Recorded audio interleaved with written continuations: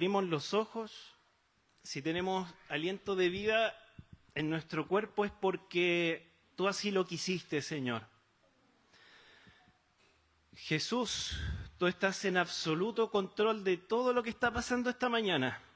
De todo lo que está pasando, Señor, por mucho que cueste creerlo. Y eso, Señor, nos descoloca. Eso, Señor, me descoloca. Tú estás en absoluto control. Incluso cuando todo parece una derrota. Cuando parece que las fuerzas del enemigo están triunfando, tú estás bajo control. Porque ni siquiera Satanás se mueve sin que tú se lo ordenes, Señor. Ni siquiera el enemigo se ordene sin que tú lo permitas. Tú, Jesús, estás en completo control. Y queremos verte como te presenta el Evangelio de Juan, el Evangelio del discípulo amado, de una forma totalmente diferente. Señor, presentamos nuestros corazones tal cual son. Yo no podía cantar esta mañana, solamente pude orar, Señor, tú conoces lo que hay en mi corazón. Pero la última canción que cantábamos habla de que tenemos un buen sumo sacerdote, el mejor que podríamos desear, mucho más allá de lo que podríamos soñar. Un excelente sacerdote que entiende nuestra debilidad, que entiende nuestra miseria, que pone su corazón en nuestra miseria y tiene misericordia, miseria de corazón. Señor, ten misericordia de nosotros esta mañana. Nadie de acá es digno de estar ante ti, pero tu misericordia es mucho más grande, Señor, de lo que podamos soñar.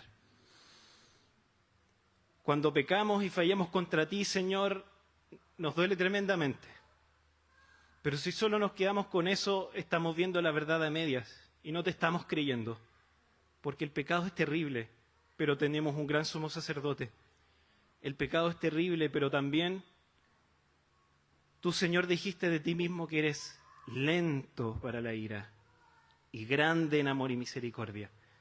Espíritu Santo, por favor, prepáranos para escuchar tu palabra y sin duda que tu palabra nos limpia el camino cuando se nos tuerce, Señor, cuando se nos disloca el camino. Tu palabra nos limpia.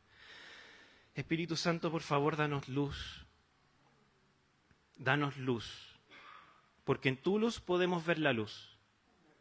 Si nos acercamos sin tu tutoría, Espíritu Santo, tu palabra, vamos a interpretar cualquier cosa.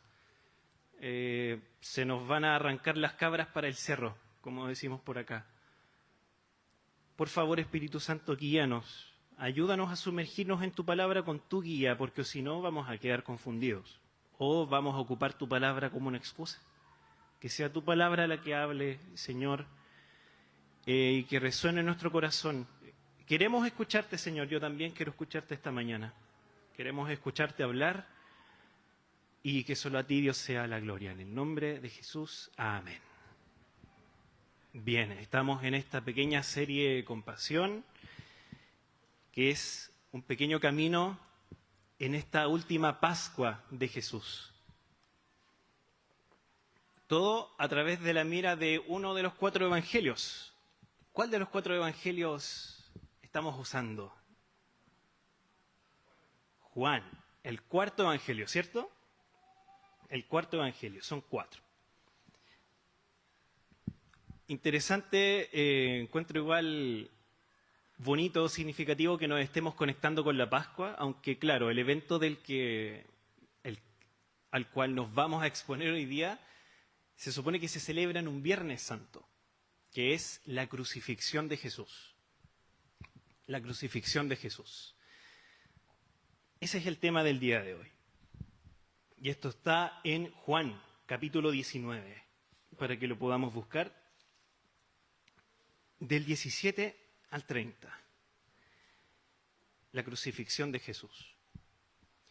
Los últimos 2 sermones, Marcelo nos habló hace unas semanas de la limpieza del templo, de Jesús purificando el templo, y en esta serie hemos hecho un FF, o un Fast Forward. No sé si alguien tuvo alguna vez personal estéreo o radio, ¿ocuparon cassettes alguna vez? ¿Se acuerdan que había un botoncito con dos flechitas para adelante? Ese botón era el FF. Y uno lo apretaba cuando quería adelantar el cassette. Entonces estaba, no sé, uno escuchando un tema X, y uno apretaba el FF y llegaba al punto que uno quería. Para los chiquillos de hoy es como ponerle por 2 al audio de WhatsApp o ponerle por 2 al video de YouTube. Eso es un fast forward o FF, siglas en inglés. Que en español es como ya, para adelante, adelántate. Entonces pasamos de la limpieza del templo, hicimos FF, llegamos a la semana pasada donde Mauri nos comparte de esta conspiración contra Jesús después de resucitar a Lázaro. Nos habló mucho de la ironía, Mauri, de cómo la ironía está presente en todo el texto. Y pequeño spoiler, aquí también va a salir harto al baile la ironía. Nos habló también de cómo, y algo muy potente que se conecta, que está presente en todo el libro de Juan, el tema de las señales.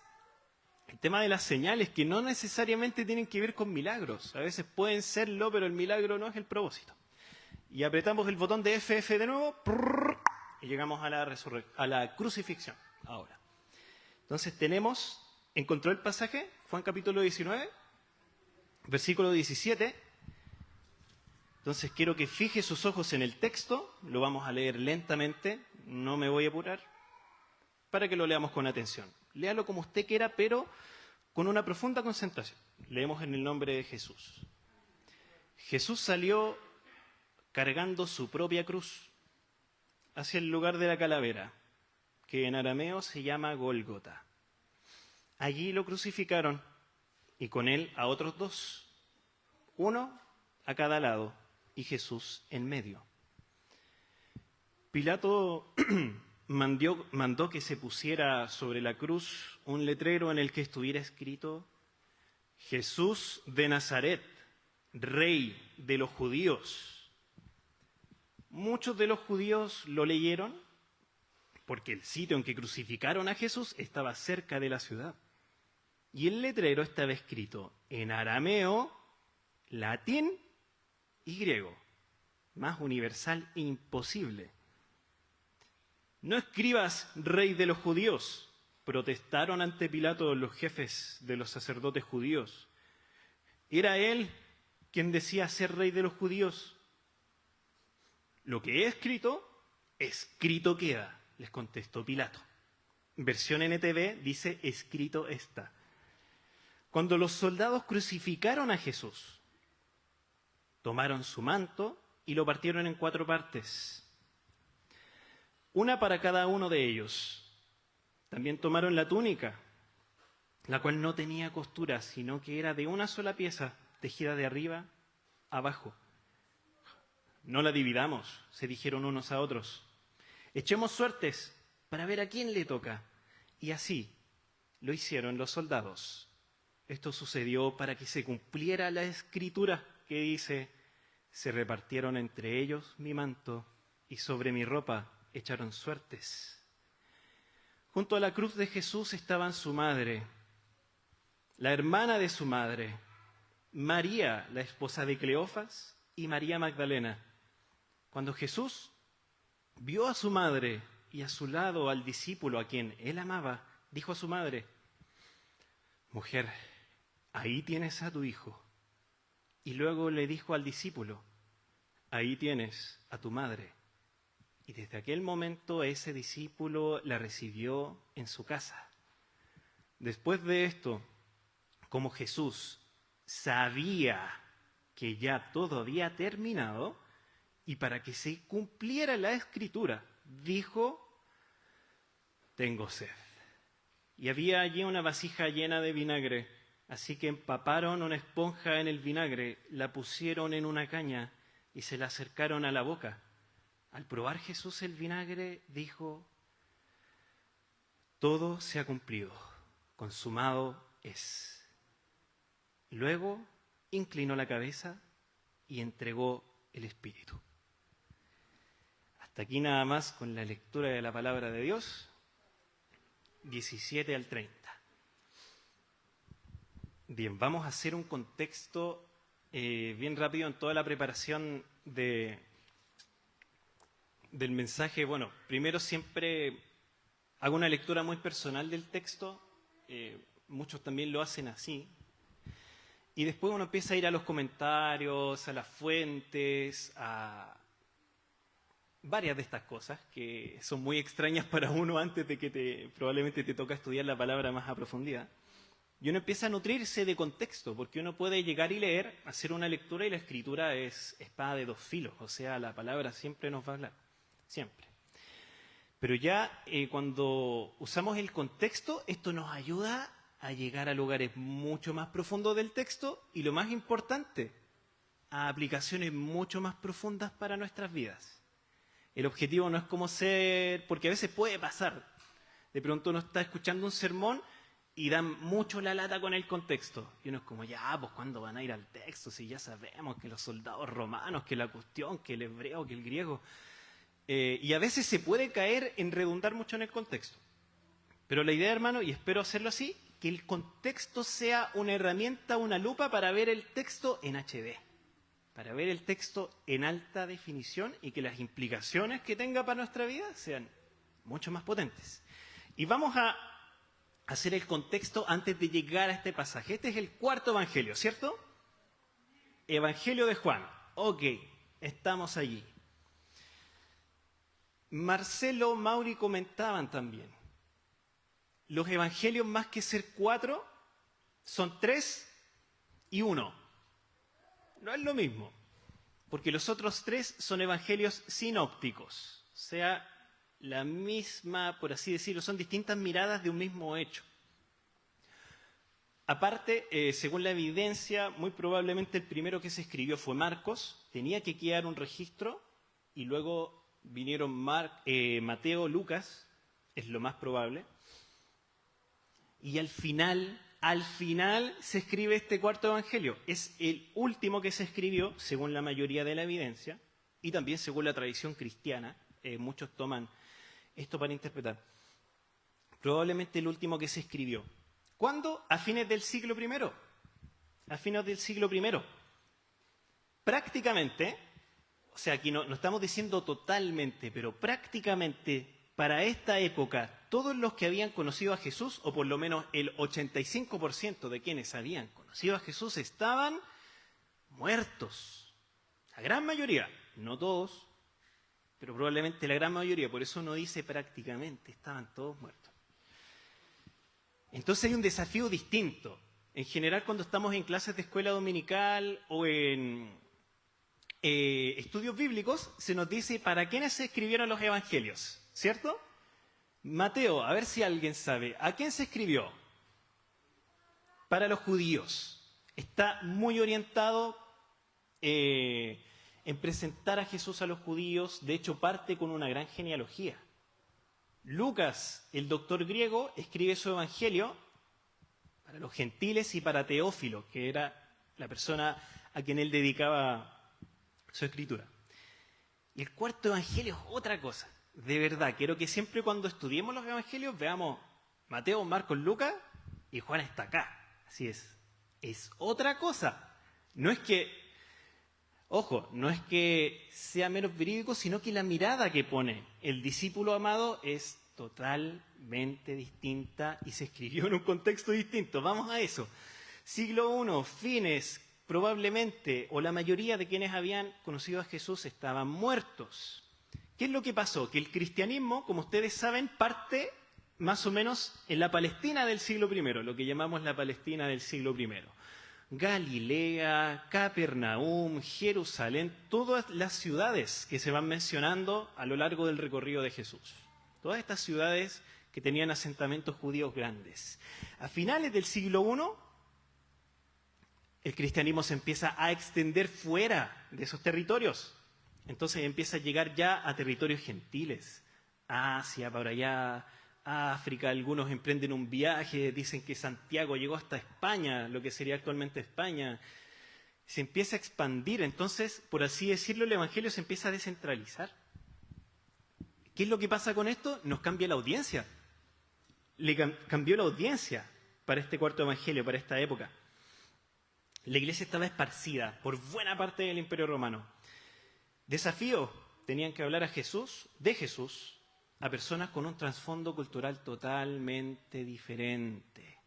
Porque claro, Lucas escribió también para los gentiles, pero no eran los mismos gentiles del final del siglo I. Trasfondo cultural distinto. Ya no se dirigía, por ejemplo, esto a los judíos que esperaban un Mesías, ¿cierto? Algo muy presente en Mateo. Sino una cultura romana, imperio romano, una cultura romana cosmopolita, politeísta, tenía muchos dioses y tremendamente influenciada por la filosofía y el arte de los griegos. La audiencia cambió completamente. Desafío, ¿cómo anunciar que Jesús es el Mesías a personas que no tienen idea lo que es un Mesías? Y ni siquiera sienten la necesidad de uno. Hasta uno que, por así decirlo, es gentil, uno que no nació en la iglesia, como que la palabra Mesías se asocia a Jesús, pero uno no sabe muy bien qué significa eso hasta que estudia la Escritura. Pero estas personas eran totalmente ajenas. ¿Qué es un Mesías? ¿Qué es eso? Ni siquiera lo esperaban. Es un desafío totalmente distinto. Y este evangelio vuelve a contar la historia de Jesús, pero con un foco totalmente distinto. Con un foco más simbólico y teológico. Todos los primeros 18 capítulos son una especie de prólogo, los primeros 18 versos del Evangelio de Juan, y se nos presenta a Jesús desde una perspectiva eterna. No sé, querida iglesia, si han hecho el ejercicio de ver cómo comienzan los 4 evangelios. Si nunca lo ha hecho, pegue un pequeño recorrido, es muy fácil. Va a tener cómo comienza el Evangelio de Mateo, cómo comienza Marcos, cómo comienza Lucas y cómo comienza Juan. Es otra cosa totalmente distinta. Si Lucas nos cuenta, por ejemplo, que Jesús nació en un tiempo y en un espacio específicos, en Palestina del siglo I, en una aldea, porque los papás escaparon y fueron a Egipto y volvieron acá, y no había lugar en el mesón y tuvieron que ir a un pesebre con los animales, lo más probable. El discípulo amado nos cuenta otra cosa. En Lucas vemos a Jesús en el tiempo y en el espacio específicos, y acá, en el principio del Evangelio de Juan, Jesús está fuera de todo tiempo y espacio. Por ejemplo, aquí no hay vacas, en Juan 1 no hay vacas, ni pesebre, no hay pastorcitos, no hay reyes magos, no hay nada de eso en Juan 1. Lo que tenemos es el cosmos, la dimensión cósmica, el detrás de escena de la venida de Jesús. Es algo totalmente distinto, es una audiencia diferente. Dicen que Juan 1 probablemente fue el himno o un himno que cantaron los primeros cristianos. Aquí tenemos una pequeña imagen de cómo lo veía Lucas y cómo se nos presenta en Juan, o sea, es otra cosa. No sé si usted ha tenido la oportunidad de asombrarse, leer Juan 1.1 y decir cómo comienza este evangelio con una forma totalmente diferente. Y este evangelio tiene una primera estructura, tiene una estructura muy importante, que muchos teólogos estudiosos lo dividen en 2. Se ve chiquitito, pero se los voy a ir comentando. Una parte, que es la primera parte, es el libro de las señales, que va de cierto capítulo a cierto capítulo, del 1 hasta el 13, 12-13, y la segunda parte es el libro de la hora. Lo puse en negrito para que se diferencie. Se divide en 2 partes. Mauri la semana pasada hablaba sobre las señales, también sobre el hecho de cómo la resurrección de Lázaro es una señal que debería llevar a la fe, pero lleva todo lo contrario, irónicamente. En el libro de las señales se nos menciona todas en orden: la conversión del agua en vino, Jesús sana al hijo de un funcionario. Son, si usted las cuenta, 7 señales. 7 señales. Y vamos a ver también a lo largo del Evangelio de Juan cómo el autor tiene un tema con el número 7. Y no sé si recuerdan cuando estudiamos Apocalipsis que también salía al baile el número 7. ¿Sí o no? ¿Lo recuerdan? El 7, un número que significa perfección, que significa algo que está completo. Pequeña pista, significa algo que está consumado. 7, algo que no le falta nada. Totalmente completo. 7 señales.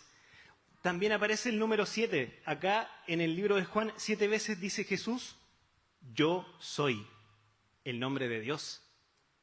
Jesús se atribuye el nombre de Dios. O sea, este es otro foco muy importante del Evangelio de Juan. Y 7 veces Jesús presenta como yo soy más una revelación de Él. Yo soy la puerta, yo soy el buen pastor, yo soy el pan de vida, yo soy la resurrección y la vida, yo soy la vid verdadera, etc. Si vamos a los sinópticos, Mateo, Marcos, Lucas, los 3, hay un montón de milagros. Jesús sana a uno, sana a otro, multiplica los panes para 5.000, después para 4.000, resucita a uno por acá. En Juan, como les comentaba, no son tantos milagros, poquitos, Mauri también lo precisó. Y no son milagros estrictamente, sino señales. La función de la señal no es meramente solucionar un problema, como en el caso de un milagro, sino que la señal apunta a otra cosa. No es un fin en sí misma. La señal apunta a otra cosa. No busca que pongan la atención en ella. Apunta a otra cosa. Como si fuera un espejo. Nicodemo nos da una pista en Juan 3.2. Juan 3.2 dice, Rabí, todos sabemos que Dios te ha enviado para enseñarnos. Las señales milagrosas que haces son la prueba de que Dios está contigo. Nicodemo ahí nos da una pequeña pista de cómo se va trazando este camino de discipulado a lo largo de todo el Evangelio de Juan. Cómo estas señales no apuntan a ellas mismas. Es como tener ojo para ver más allá de lo que se ve a primera vista, y eso, hermano, es muy difícil. Hay que tener esta agudeza al pasar y al recorrer el Evangelio de Juan. Estas 7 señales, y aquí vamos a llegar porque esto es muy importante, apuntan a un evento grande. Las 7 señales que vemos aquí en mi izquierda, también en su izquierda de allá, apuntan a un evento que se denomina la hora. La hora. Esto aparece varias veces a lo largo del libro de Juan. Muchas veces. Por así decirlo, el discípulo amado nos dice en este evangelio, agárrate, viene el cinturón, ponte los pantalones porque se viene una, y esa es la hora. En todo el evangelio, si ocupamos esta agudeza de ver señales más que milagros, ¿a dónde apuntan las señales? Espérate, oye, se viene algo fuerte, y eso es la hora. La hora, el momento de la muerte de Jesús que se anuncia a lo largo de todo el libro. O sea, lo que vamos a ver hoy es lo que apunta todo el Evangelio, las 7 señales. A lo largo del Evangelio hay pistas. Si sabemos seguirlas, nos llevan a la hora. Es como el villano que tenían que descubrir en Scooby-Doo. Imagínense, acuérdense de todas las series de detectives que vieron, todas las cosas que tuvieran que ver con pistas. En Hansel y Gretel salen las pistas al baile, pistas que apuntan hacia otra cosa. Ese es el momento, la hora, de mayor sufrimiento y muerte de Jesús. El momento más oscuro, pero, ojo, no estamos en los sinópticos, estamos en Juan. Es una mirada distinta. Aquí, ese momento de muerte, y esto es lo más... Este es el quebradero de cabeza más grande. Acá ese momento de muerte es también el momento de la gloria. ¿Cómo? Sí, el momento de la gloria. Y finalmente en el capítulo 13 está esta etapa de la hora. Todo lo que se anunció en los 12 capítulos anteriores madura. La fruta madura y llega a su cumplimiento.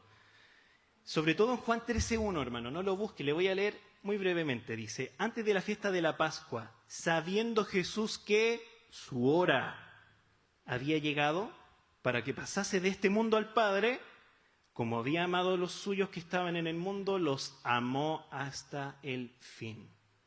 Un poco conectando con el nombre de esta serie, compasión. Amó a los suyos hasta el fin. Y bueno, ahí en la hora también hay unas pequeñas secciones que parte con la despedida, todo lo que es la parte de la despedida. Ahí Jesús habla a sus discípulos del Consolador, o el Paráclito en griego, el que va paralelo a ti, el Espíritu Santo prometido. Jesús los va preparando. Está el lavamiento de pies, y dije, Señor, qué maravilloso que justo haya tocado el devocional allá. Definitivamente no, las casualidades no existen. El lavamiento de pies. Y todo esto es una sección súper íntima de Jesús con sus discípulos. Es muy, muy íntimo. Y dicen que, si uno lo analiza, corresponde como al 25% del Evangelio. En el 18 Jesús es llevado a juicio. Y en el 19, lo que nos toca hoy, la crucifixión. Luego viene, en el 2021, muchas escenas de resurrección que son exclusivas del Evangelio de Juan. Bien, hermanos, ¿estamos ahí? Bien, importante. No quiero darles la lata, quiero que estemos despiertos para que veamos cómo esto, que en el fondo yo con este contexto igual, es dar las señales que apuntan a este texto. Sí, es impresionante. Pregunta, ¿cuántos años tenía Jesús cuando murió? Escuché algo por ahí. 33, ya, escuché algo más claro. Como los mineros, 33. Como los mineros. ¿De dónde sacaron esa información? Pregunta. De la Biblia. Excelente. Eso es como, me da risa cuando uno dice, ¿cuál es tu fuente? Fuente de los deseos. Fuente de soda. Claro, uno asume, la tradición nos cuenta, está todo, la edad de Cristo, 33. Voy a cumplir 33, la edad de Cristo, la edad de Cristo. La verdad, querida iglesia, y es por eso que nuestra fe no puede estar fundamentada en algunos datitos que no son tan comprobables, pero no es nada tan canónico. No se sabe a ciencia cierta cuántos años tenía Jesús cuando murió. Pero tradicionalmente se dice que tenía 33 por dos datos bíblicos. En un evangelio, miren lo importante, dice que Jesús cuando comenzó su ministerio tenía ojo con el movimiento de mano, unos 30 años. Es como cuando uno intenta recordar algo y no está seguro de la cantidad, ¿cierto? ¿Cuánto te sobró el pan? ¿Cuánto te salió? Como 1.200 pesos. Es similar el tono. Jesús tenía unos 30 años, no es nada evidente. Y lo del 3 se asume porque aquí pasamos algo muy importante ya llegando, que en el Evangelio de Juan se nos habla 3 veces de la Pascua. Y qué bonito que nos estemos preparando, digamos, para lo que se celebra en Semana Santa, porque vamos a ver la importancia de la Pascua, esta fiesta judía. Hay 3 Pascuas. La Pascua es muy importante. La primera Pascua es las bodas de Caná de Galilea. Si usted ve la fotito ahí a la izquierda, cuando Jesús cambia el agua, el vino. Primera Pascua, ¿cuándo son? Dice que es la primera vez que Jesús reveló su gloria. Importante, la única vez que se dice que Jesús reveló su gloria en todo el Evangelio. La única. Caná de Galilea, ¿aparece alguna otra vez en algún Evangelio que usted lo recuerde? ¿Así? ¿Se acuerda de Caná de Galilea en algún otro pasaje? Nadie, porque era un pueblito chico, era un pueblito pequeño. ¿Quién se acuerda de Caná de Galilea? Claro, por eso, pero si no fuera por la señal de Jesús a la que tenemos acceso, Jesús revela su gloria en un lugar totalmente aleatorio, en un lugar random, insignificante, inexistente, en una fiesta totalmente anónima. ¿Usted sabe cómo se llamaban los novios de esa boda? No lo menciona, no lo menciona. Y ahí, en ese lugar insignificante, totalmente desconocido, Jesús revela su gloria por primera vez. Lugarcito perdido.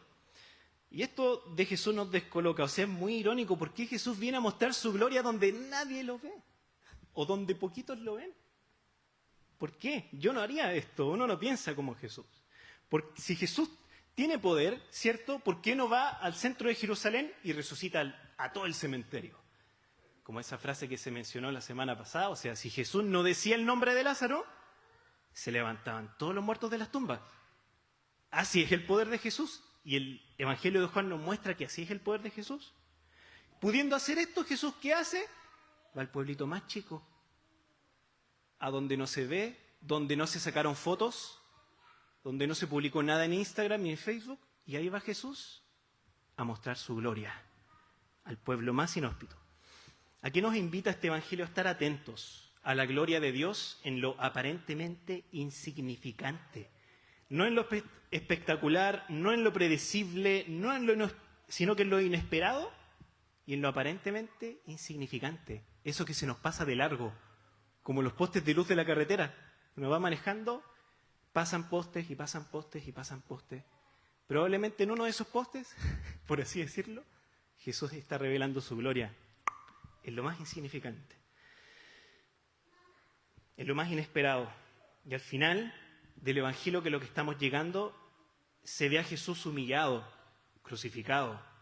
Pero allí se va a ver la gloria de Dios. Que no se nos pase el poste. Segunda Pascua, multiplicación de panes y peces. El pueblo estaba contento, proveyeron alimento. Este es el profeta que esperábamos. ¿Se acuerdan ustedes lo que pasó ahí? Hubo un fenómeno político bien fuerte. Iban a hacer a Jesús rey. Lo querían hacer rey por la fuerza. Ya, pues Jesús, esta es tu oportunidad. Ve, toma tu trono. ¡Ah! Derroca al imperio. ¿Y qué hace Jesús? Se escabulle. Se escabulló las colinas. Perdón. Se escabulló las colinas. Jesús declara que Él no es ese tipo de rey. El reino de Jesús no funciona de esa forma. Se aleja de la multitud. No es un rey según las formas de este mundo. No es un rey, hermano, que tú y yo esperaríamos. De verdad que no. Jesús rompe nuestras expectativas. No es lo que nosotros esperamos. Por eso tenemos que aprender a conocerlo. Es muy distinto a lo que nosotros esperamos. Jesús se escabulle. En esa oportunidad se va. Su reino no es de este mundo. La gente estaba encantada con Jesús.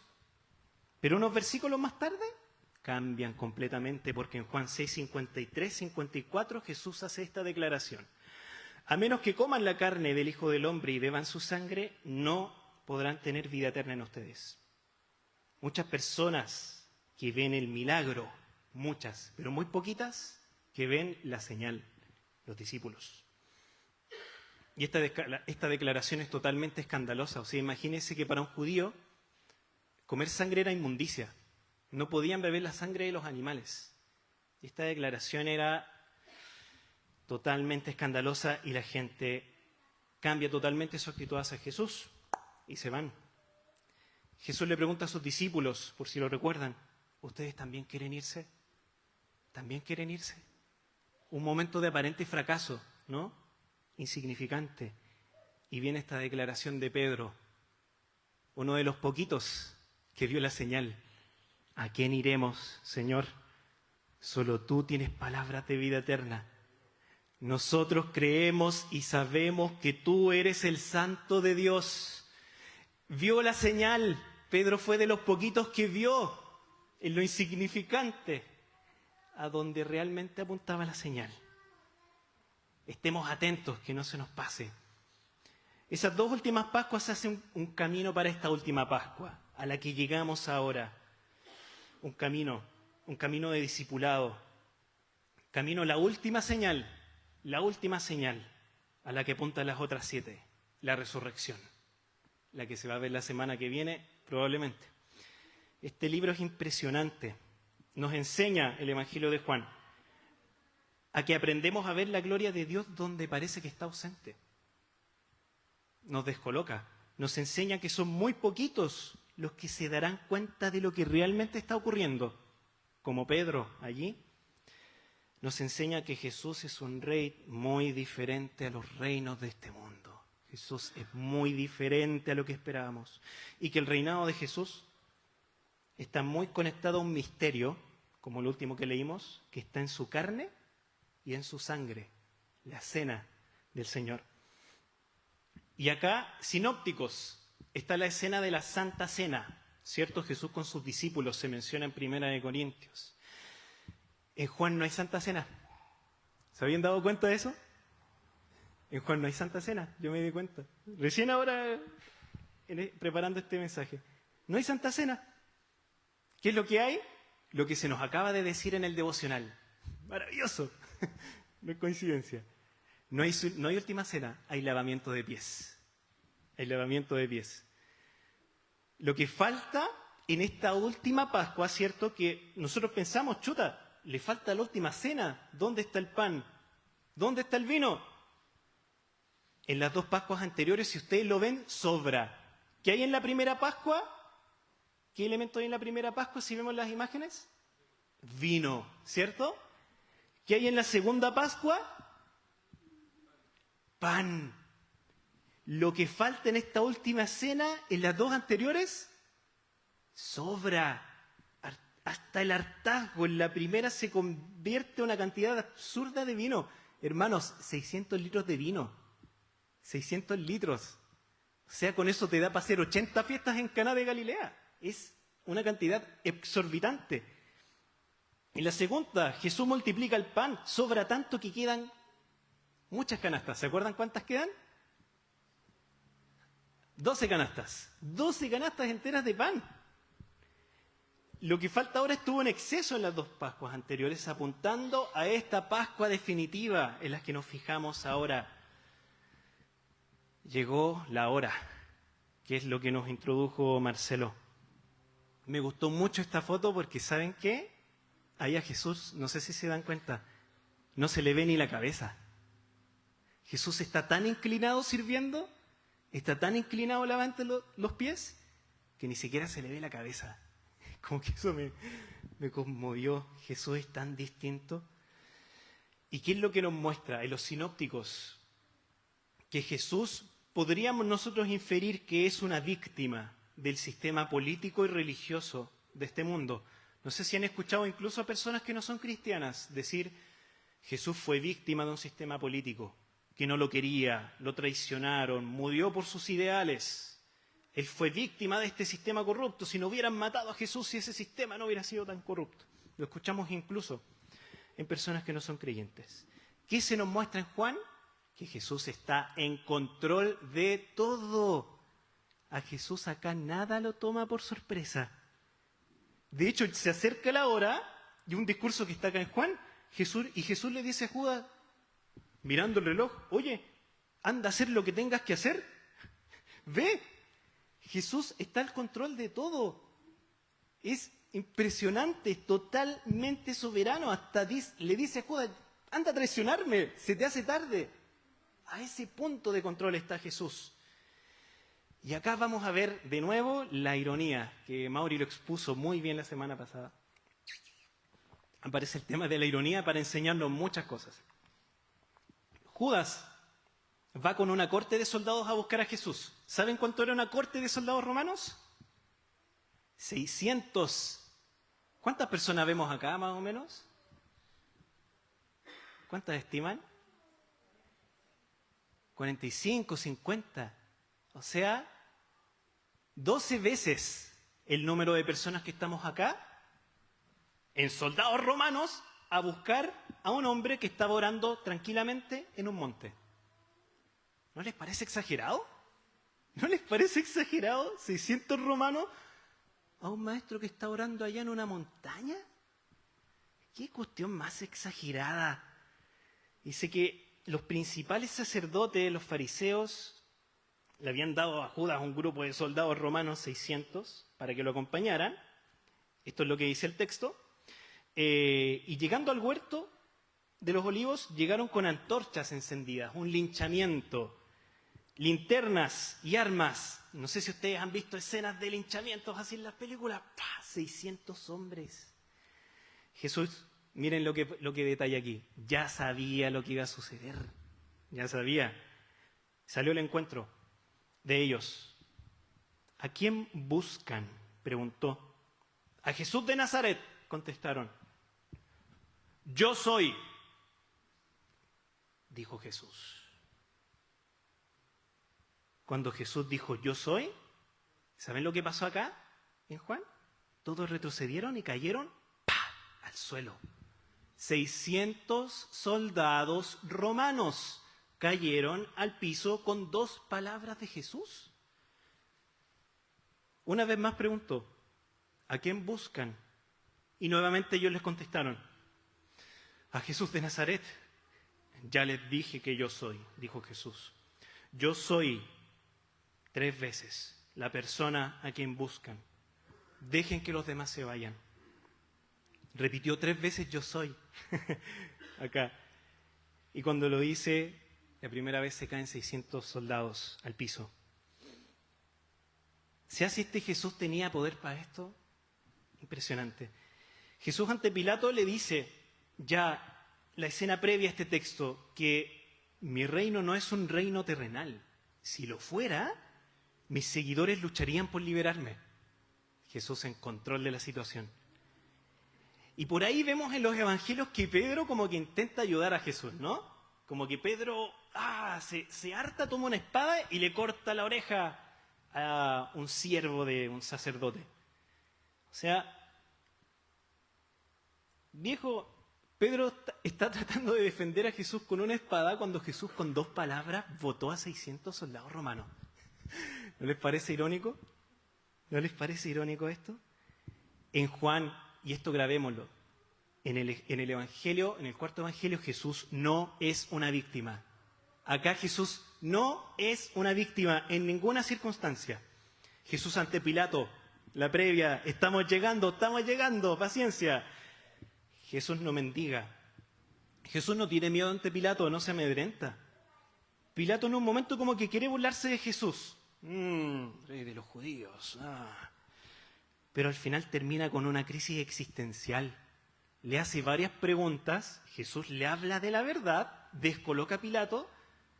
Es una frase maravillosa del Evangelio de Juan también. La pueden ver ahí en el capítulo 18. Esto es justo antes. 18:38.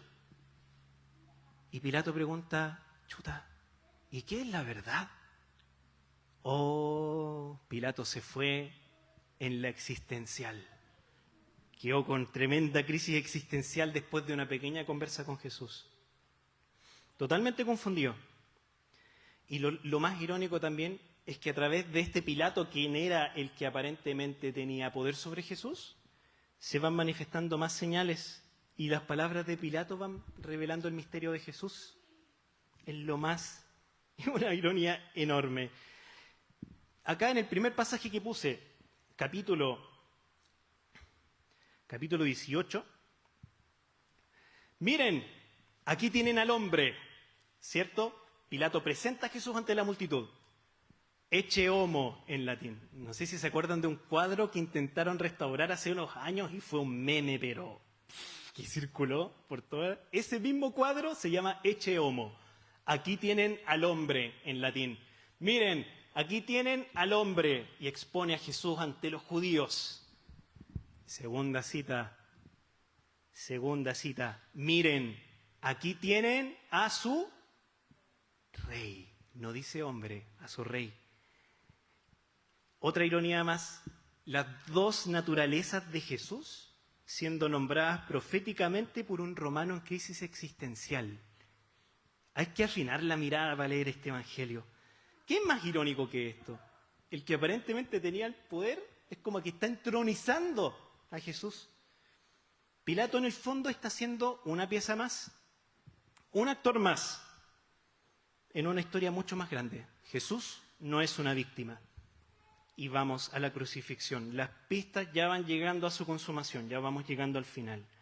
Aquí en la crucifixión, la hora, confluyen todos los caminos del libro. Y sí, como vemos acá incluso en las palabras de Pilato, ¿saben qué, hermanos? En el discípulo amado aquí Jesús no es víctima. Esto es un proceso de entronación. Este es un camino hacia el trono. ¿Qué? ¡Qué locura más grande! Es un camino hacia un trono. En la crucifixión, de hecho, miremos estos detalles. En los sinópticos Jesús expira y fallece. Se nos muestra también en algunos evangelios que todo oscurece. O sea, si Jesús era el autor de la vida, era Dios mismo, la tierra entera hace lamentación por él. Imagínense, fiesta quizá en los infiernos, las fuerzas demoníacas pensando que ganaron la batalla. Se muestra a Jesús así. En Juan, ¿cómo se nos muestra? Aquí, 19, cerca de los últimos versículos que leímos. Acá se muestra que Jesús está en control todo el tiempo. Jesús no es una víctima. Jesús está tan en control, hermanos, que en el 19:26, imagínense, crucificado en agonía, delega a su mamá al discípulo amado, se hace cargo de su madre, está tan en control, mira, cuídame a mi vieja por favor y tú ve a vivir con él te va a cuidar bien, ¿ok? Jesús está tan en dominio de la situación que en medio de eso designa, por así decirlo, se ocupa del sustento de su madre, de María. Y esto es lo que no se ve aparentemente. Para los líderes políticos y religiosos esto es una derrota total. Pero para nosotros, si este camino que hicimos por el Evangelio de Juan, si hicimos este camino donde aparentemente esto no se estaría revelando, porque parece derrotado, en realidad Jesús está triunfando sobre los poderes del mundo. Esa es la locura más grande y la ironía más grande. Si en la multiplicación de los panes y peces Jesús se escapa porque lo querían hacer rey a la fuerza, acá Jesús no se escapa, sino que se entrega por completo. A Jesús no lo matan, Jesús se entrega por completo. Jesús se entrega, Jesús no juega nuestros juegos de poder humanos, se muestra en lo insignificante. Su victoria se manifiesta en una aparente derrota. El ilógico reino de Dios ha llegado. El ilógico reino de Dios ha llegado y nos pone a todos, como decimos aquí, patas para arriba, al revés. Lo pone todo al revés, todo al revés. Los soldados se burlan de Jesús, aquí en el texto. Tenemos otros detalles también. En los sinópticos, le ponen una corona y un manto real de color púrpura. Los dos ladrones, como si fueran quizás sus súbditos, dicen algunos comentaristas, y como si no fuera suficiente, si nos vemos que la cruz es el trono, recuerden esto, proceso de entronación. Esto no es una derrota, aquí Jesús está siendo entronado. ¿Qué colocó el letrero de Pilato? ¿Se acuerdan lo que colocó el letrero de Pilato en el verso 19? ¿Qué dice ahí? Jesús de Nazaret. Pasamos a la siguiente, ya terminando. Aquí también averigüé qué significaba ese acróstico. Uno dice INRI, pero ¿qué significa INRI? Jesús Nazarenus Rex Judaeorum. Jesús Nazareno, Rey de los Judíos. Es un acróstico de 4 letras. Y como lo vimos ahí en el texto, está en arameo, en griego y en latín. O sea, no hay forma de que alguien no sepa que Jesús de Nazaret es el Rey de los Judíos. Hay como dato, bueno, en el latín se ve la B corta como una U y la J como una I. Es parte de la evolución del lenguaje. En la NTV y en otras traducciones de la Escritura, cuando Pilato le contesta a los judíos sobre este letrero que él va a poner, porque ellos le dicen, no escriba Rey de los Judíos, él dijo que era el Rey de los Judíos, Pilato dice en la NTV, lo que he escrito, escrito está. Dicen que muy probablemente tenga similitudes con el escrito está de Jesús. Es como si invocara la Escritura, el que lo crucificó, entronándolo. O sea, acá Jesús no es una víctima, Pilato no lo está matando, Pilato lo está entronando, le está haciendo el camino al trono y no tiene idea. Eso es lo más loco, Pilato no tiene idea. Los líderes políticos y religiosos no tienen idea de esta señal, no tienen ninguna idea. No tienen ninguna idea. Es una locura total, el reino del revés, pero este es un camino hacia el trono. Y a los judíos, por así decirlo, les sale el tiro por la culata. O sea, ellos logran su objetivo de crucificar a Jesús, pero los humillan. ¿Dónde está el rey de los judíos? Allá, crucificado, con 2 ladrones, con lo peor de la sociedad. Salieron para atrás los sacerdotes y los jefes. Antes de morir, lo vemos en este texto, Jesús pronuncia unas palabras. Si su Biblia es como la mía, hay algunas que tienen las palabras de Jesús en rojo. Y acá hay palabras muy puntuales de Jesús. Tenemos antes, mujer, ahí tienes a tu hijo. Al discípulo, hijo, ahí tienes a tu madre. Y después dice, después de esto, como Jesús, miren cuán en control está en Jesús. Como Jesús sabía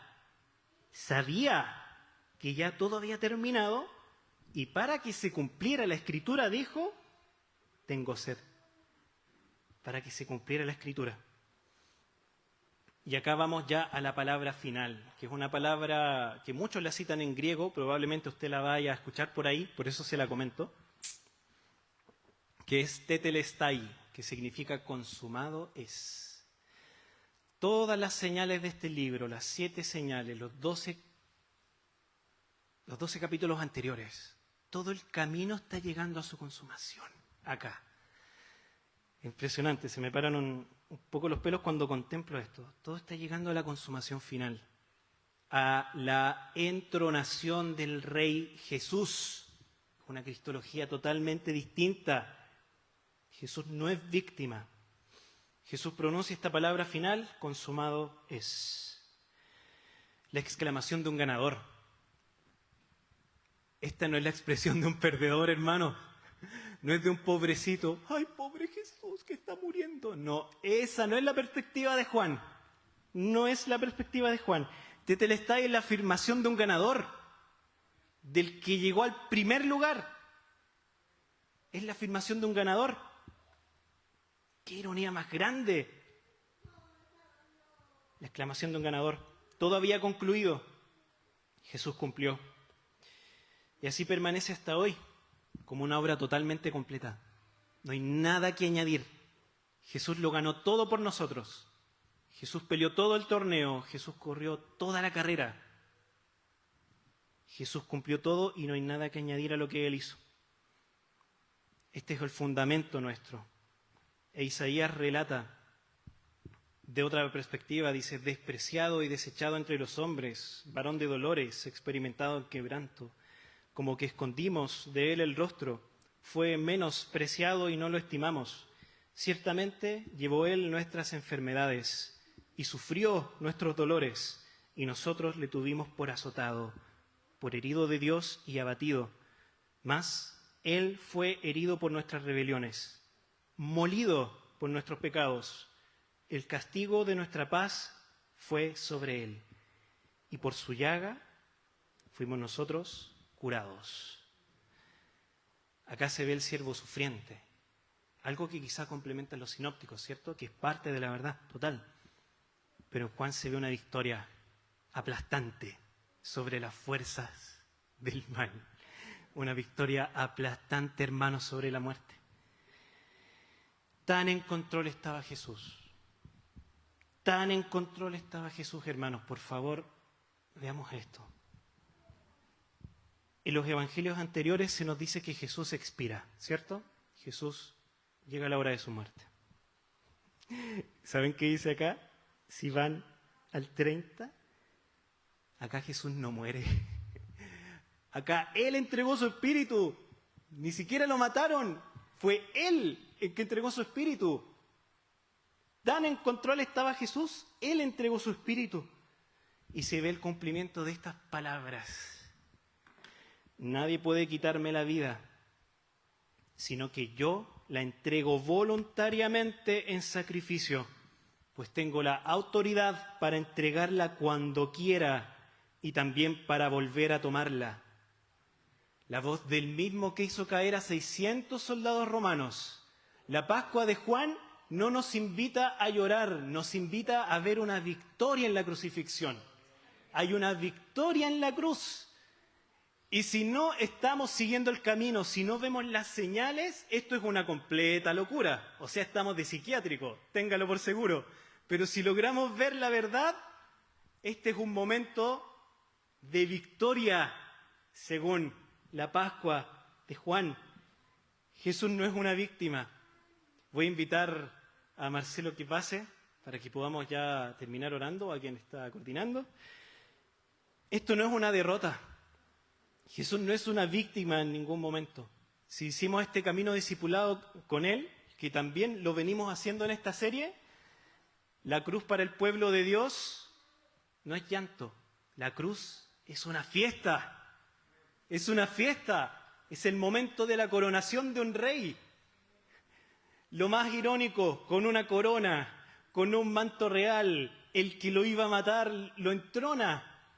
Los que lo iban a entregar fueron totalmente humillados. Hermano, Jesús es totalmente victorioso. Totalmente victorioso.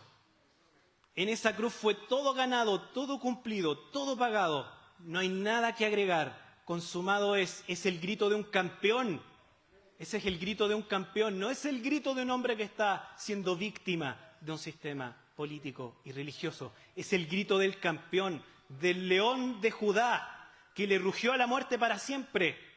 Porque ese era nuestro enemigo. Jesús le rugió a la muerte, así como lo hizo con Lázaro.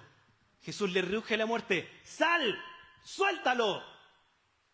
Lo hizo como una primicia de lo que iba a devenir. Ahora Jesús le ruge a la muerte y la muerte ya no tiene poder sobre nosotros. Hermano, te tengo una noticia. El cáncer tiene fecha de vencimiento. El cáncer se va a acabar algún día. Las crisis de pánico también tienen fechas de vencimiento. Nuestros traumas también los tienen. Todo eso fue vencido. Nuestros dolores articulares que tanto nos aquejan, Jesús los venció en la cruz. No son para siempre, son transitorios. Tu crisis laboral no es para siempre. Todo pasa. Pero Jesús ganó una vez y para siempre. Esta no es una derrota. Esta no es una derrota.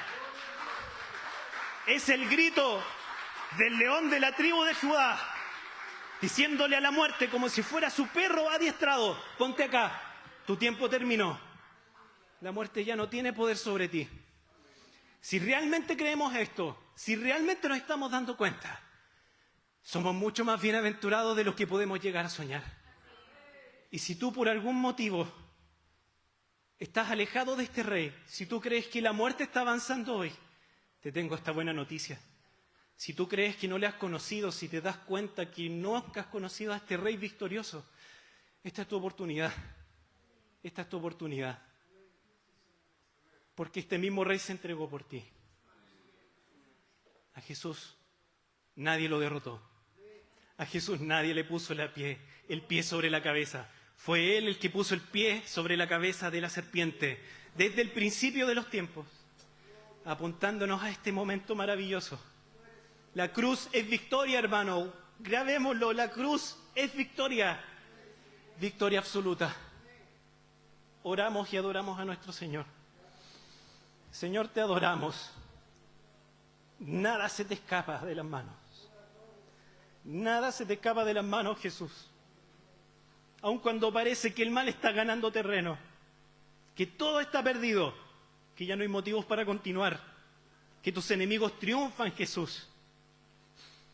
Tú detrás de escena están ganando la batalla y tú ya la ganaste por nosotros, una vez y para siempre.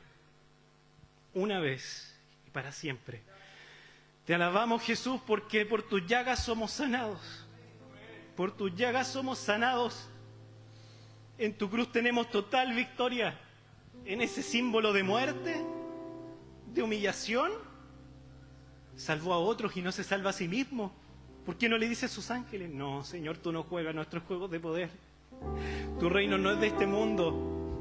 Señor, ayúdanos a alinearnos con tu corazón, porque tu reinado nos descoloca. Tu reinado, Jesús, nos descoloca, es tan distinto. Nosotros queremos aplastar al otro, nosotros queremos ganar, nosotros queremos que el milagro sea hecho en el centro de la ciudad para que todos lo vean. Pero tú vas al punto más insignificante, a mostrar tu gloria, Señor. Ayúdanos a ver tu gloria en lo aparentemente insignificante, Jesús. Ayúdanos a tener los ojos abiertos a las innumerables señales que tú nos das y que nos pasan como postes de luz en la carretera, Señor. Padre, somos totalmente perdonados. Ya no tenemos de qué escondernos. La obra se consumó. Te alabamos, Jesús. Te alabamos. Dejamos nuestra lógica en el bolsillo y te adoramos, Jesús. Que tu palabra no nos falte. porque necesitamos, Dios, cambiar nuestra forma de pensar todos los días, porque tú piensas tan distinto. Recuérdanos todos los días, Jesús, que tu reino no es de este mundo, pero también, sobre todo, que tú tienes control absoluto de todo lo que ocurre, Señor, de todo lo que ocurre. Todas nuestras aparentes derrotas, Señor, son planes maestros tuyos, aunque nos cueste verlo, aunque nos quebrantemos. Tú ya venciste, Jesús. Y tu cruz, contrario a lo que pensaríamos, de la mano del discípulo amado, es un lugar de fiesta. Es un lugar de fiesta, Señor. Y queremos festejar contigo en este culto, rendirte adoración, Cordero inmolado desde el principio de los tiempos, como diría Apocalipsis. Te alabamos, Señor. No alabamos a lo que esperaríamos, sino que alabamos al Cordero inmolado que quita el pecado del mundo. Gracias te damos, Señor, y que esta palabra no quede en algo emocionante ahora, sino que realmente tenga una implicación profunda, Señor. Que podamos predicar tu muerte, tu resurrección, tu victoria en todo lo que hagamos. Te lo pedimos en el nombre de Jesús. Amén.